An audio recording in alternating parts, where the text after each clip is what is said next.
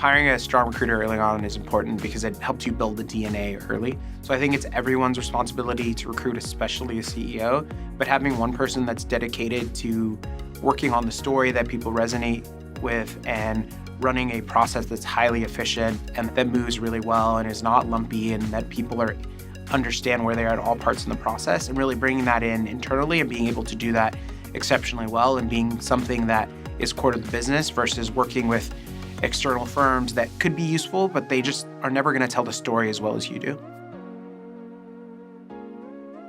When you're very, very early, you basically hire 0-degree people. So the ones that you already know, that's hiring all the great people that you worked with in the past or that you went to college with or are within your friend network. So people that you know intimately and can be part of that very first group of individuals. The second stage is when you need to start hiring people that you don't know. So the friends of friends, and when you bring in your recruiter to help you tell your story to new people that don't know who you are or who your company is.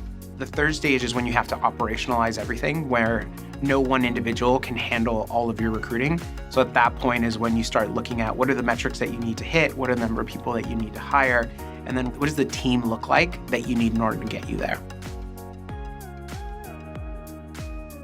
In my world, there's 3 stages of recruiting: sourcing, evaluation, and conversion. The first stage is sourcing or targeting, essentially creating the list of people that are perfect for what you're looking for. And that changes over time, but being able to be as precise as possible to understand what it is that you want, what you're looking for. The second stage is evaluation, and that's when you're trying to figure out if they're the exact person that you want for the company. So you're trying to evaluate their experience, the set of skills that they have, and seeing if that matches with where you are and what you need. Conversion or closing, it's basically, I'll call removing objections. So understanding how that person makes a decision, who's involved in that decision, and making sure you've answered every single question and just making it easy for them to say yes, and knowing every step that you need in order to get there. I hate job descriptions for the most part. I think that we put a bunch of generic pieces of generic content on paper and say like, okay, this is the individual we want, and try to figure out, is that exactly what we want or not? So whenever I talk to a CEO or any person at a company trying to figure out that role, and so what is it that you actually want to accomplish with that person? And what is it that they should have done in their career before this? And it's seldom that I'd say like, they should have done 7 years of X, Y, and Z. It really is that they should understand a couple of things that are very complex and have executed in a particular type of environment. And so if you can get to the criteria of what you're really looking for, you can get past the job description to who is the individual that you really want. And then you start to talk to people that look like that. So I think it's really looking for people that are passionate about what you are trying to do. It could be game development, it could be blogging,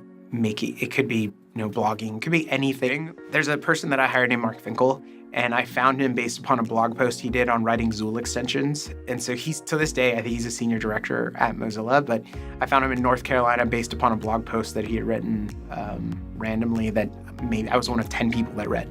We would look for people that were writing about the open web or were really passionate about JavaScript because we worked with the creator of JavaScript. So looking for people that were highly involved in these different networks or that were involved in other open source communities and really cared about building free software.